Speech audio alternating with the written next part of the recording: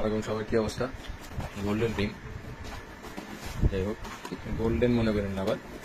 এই যে মুখগুলা, ঠিক আছে, এই মুখগুলার কোয়ালিটি ভালো, বাংলা হইলেও এটার কোয়ালিটি খুবই ভালো, ঠিক আছে।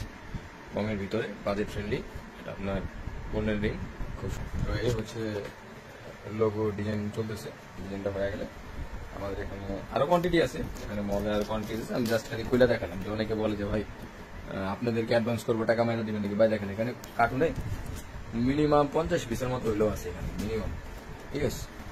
তো কথা হইলো যে ভাই 50 পিস প্রোডাক্ট এটাকে আমার বাসার লোকের জন্য আনছি ভাই, এটা তো আমার বাসার লোকের জন্য আনি ভাই।